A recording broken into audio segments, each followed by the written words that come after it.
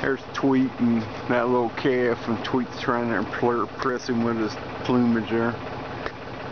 Let's see what he does.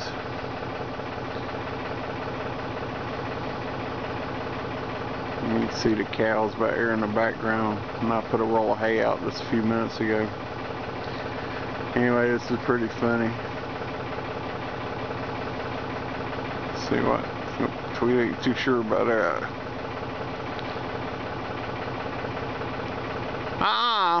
You better cut it out. You better leave Tweet alone.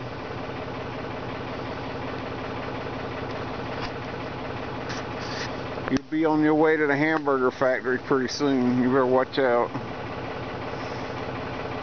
Tweet, you okay? He wasn't too impressed there, Tweet.